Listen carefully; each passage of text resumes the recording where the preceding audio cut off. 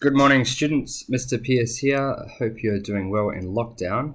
Thought I'd create some content for those who are a little bored, like me, to be honest. So just want to give you an overview of what's been happening. So as you're probably aware from the post that I've posted to Connect, the Pinjarra camp is obviously going to be postponed. I haven't heard back from the Fairbridge yet because they haven't been open. So I will keep you up to date with what's going on there.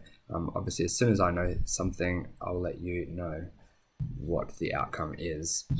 Today, what I'd suggest you do is have a play around on Connect. Now, I'll direct you where to go and where to look for things. But firstly, I'm just going to bring up the PowerPoint to show you what we're going to cover just for today's little mini lesson. So the purpose of this one is just to focus on the assessment and course outline, just to give you an idea of what to expect this coming year. Now, the next thing we'll be looking at is this process of moderation and explaining how marking works in English from year in the upper school. I consider 10, 11, 12 to be upper school.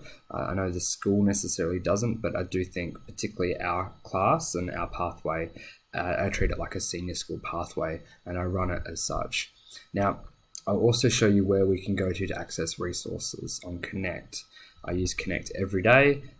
You probably remember that from year 7. So hopefully you're still using it and know where to find things. So that's what we've got planned for today. And then finally, I'm just going to ask you just to reflect on your 2020 results. So that's what we've got planned.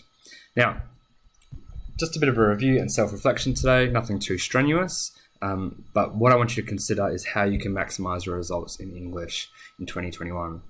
First semester is important because it's at the end of first semester that you start making your selections for year 11 and 12. Now we are running a bit of an English ATAR, English literature split in this pathway 1. Now some of you will have a natural aptitude for English ATAR, others will have an aptitude for English literature.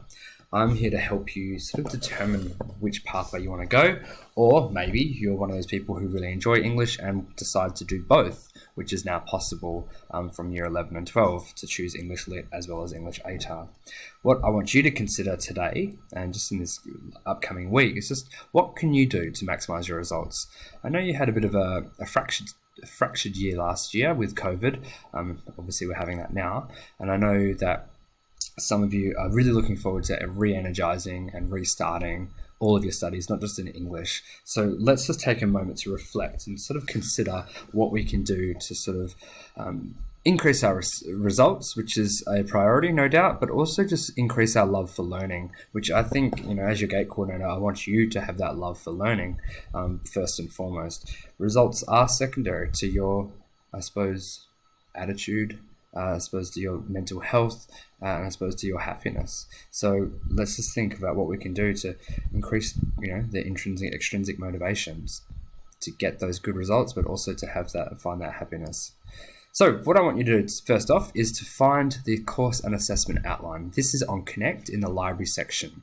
Okay, so you all know where the library section is, but for those who don't, this is your page. Okay, so yours will obviously have English Year 10, G&T, and you'll have all your other mesh subjects. You know where to go. The library section, I've uploaded a number of resources. So now some of these resources are straight from my Year 12 ATAR English class because I think that's the resources that you need, a lot of you. I will direct you where to go, and I'll direct you to, whether or not it's too difficult or too easy, so that you're not too overwhelmed if you're thinking it's too difficult. A lot of them are, like I said, from upper school, year 12.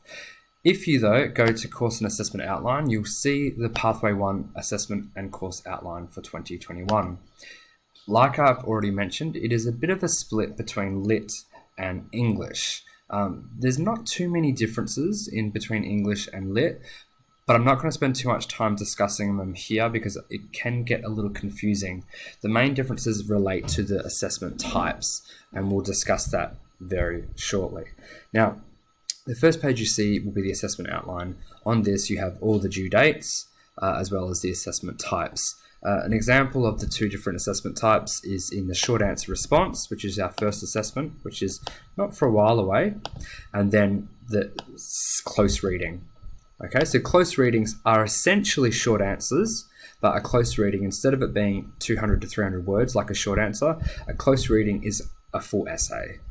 So whereas in a short answer response, you have 3 questions, 3 texts. A close reading, you don't have a question, but you have 1 text.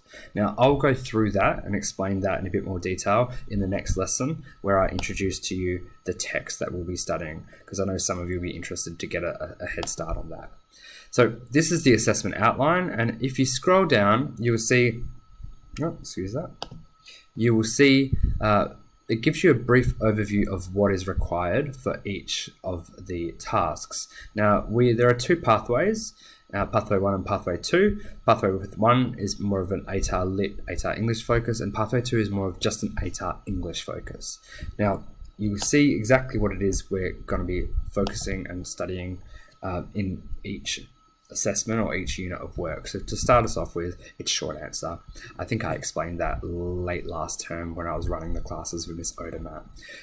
The next task you'll see is where we look at our first text, which is a play, and it's called The Book of Everything. Now, I'll upload that play to Connect soon for some of you to have a look at. Now, I'm not going to go much beyond that, but what I will get you to do is to actually just go through and explore what else is coming up, just so you have a pretty good understanding, so that we don't need to spend too much time going through it when we come back next week or whenever it is that we come back. What I recommend now is to save this document, okay? Make sure you put it somewhere you're going to be able to access it. You will get a physical copy when we come back, but it's just easier to save it somewhere on your computer. If I go back to the PowerPoint, and I will make this PowerPoint available for those who don't want to watch the video or didn't watch the video. Now, spend some time familiarizing yourself with that course and assessment outline. It's worth noting those changes, those dates and tasks. Use a digital calendar. Let's be honest, not many people use the diaries, but use your Outlook calendar or use your phone calendar, something that you can use to remind yourself that this week I've got this coming up, okay? Now, please note that these are subject to change, as in all assessments, as well as the weightings, the dates, etc. Because of COVID, there is a clause in our assessment act policy that says these are all subject to change. Now, we can't obviously make drastic changes, but already we have had to change the date of the first assessment task because of this week off that we're having right now. So just be mindful of that, but I'll communicate with you, as I always do, any changes. The next thing I want us to have a look at is Connect. Now, we should spend some time getting to know Connect, its library and its features. I do monitor this. Don't know if you remember me in Year 7 putting up like a name and shame of who's been using Connect and who hasn't. Again, if you don't use Connect, I won't, okay? Connect takes a lot to maintain, to upload all the resources that I use. It is a lot of work, and I know not every teacher does this, so consider yourselves lucky. What I'd suggest is start downloading and filing the resources into appropriate sort of folders, whether that be on your OneNote or just your computer in general. Now, I've already uploaded a number of resources in the library section. So if you go to library, you'll see, okay, some sections that relate to a particular section of the exam, like comprehending, okay, or certain things that relate to sort of essays. So effective quoting, for example, deconstructing questions. Now, ones that I think are really important to focus on early on is language features and glossaries. So if you recall, this is the language feature glossary that I handed to you late last term. This is going to become like a Bible for you so that you know all the language features and devices, remembering that there is a difference. Okay, so these sorts of resources are probably good to have a look at to familiarize yourself with where they are. Now, what I've also added is a digital version of the Good Answer Guide. Now, this is what's produced every year after the WACE exam by the English Teachers Association of Western Australia.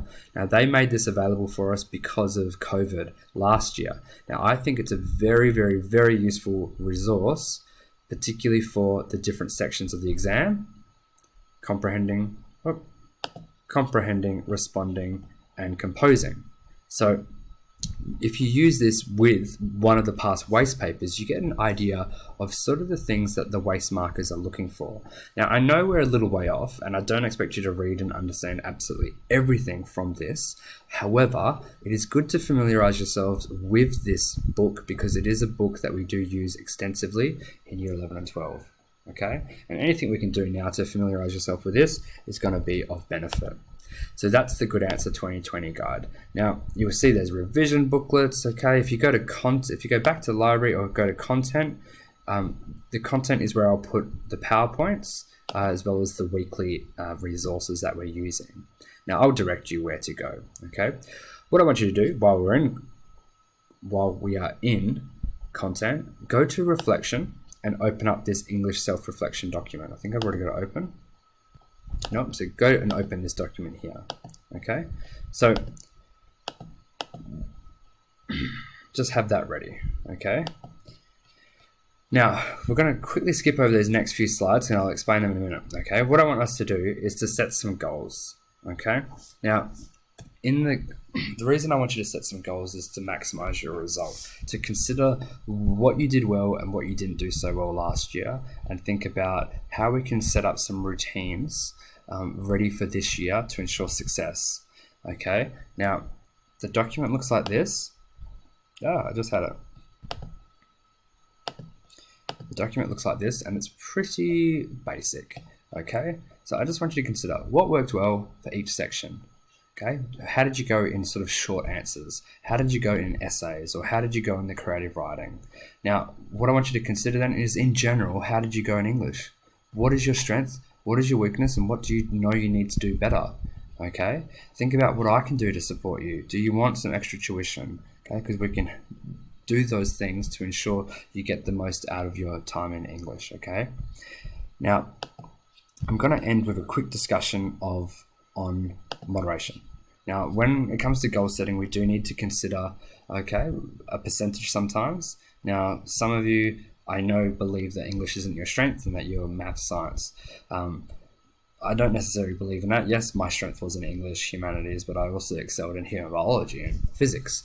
I think I was a well-rounded individual. You shouldn't limit yourself by saying you're either one or the other, humanities or qualitative subjects or sciences.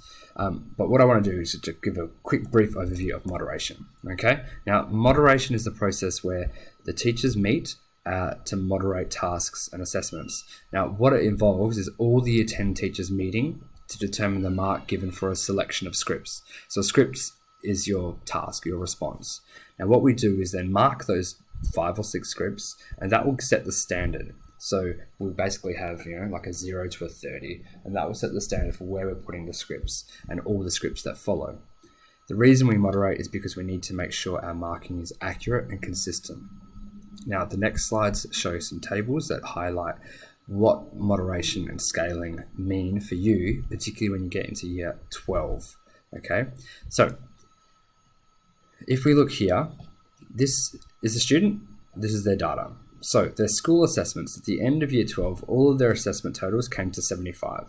When they sat their exam, they got 73, okay, which is really good, consistent. And when it's all combined and goes through all their algorithms, it comes out as a scaled score of 81.7. So if you're getting a high mark in English, it gets scaled up quite drastically. Okay, you can see that all these students did well. Okay, school assessment consistent with their raw exam. Okay, good scaling. Okay, you can probably spend some time and have a look at and find some patterns. This student here was our top ranked student, didn't do very well. Okay, you can see the effect that that has on their scaling. Okay, so instead of being the top ranked student like they were originally ranked, they actually ended up becoming the 5th ranked student. Problematic. If that student got say a 72, that student definitely would have been top. This doesn't mean much, okay? Where it does really have an impact is on the lower end. Okay, so just have a look at this graph, or this table, and sort of consider what learnings can be made. Okay, so think about consistency, and think about the need to remind yourself that 50% really isn't a pass. In fact, it's getting closer to a 60, okay? So getting that 59-60 mark is going to be better for you. So we're going to have a look at this in more detail when we come back. On the next lesson, which I'll upload tomorrow, We're going to focus on the comprehending section, okay? And we're going to look at some upcoming assessment tasks, and I'm just going to give you some practice responses. Can you please now complete that reflection and upload it to the submission folder on Connect? Thank you.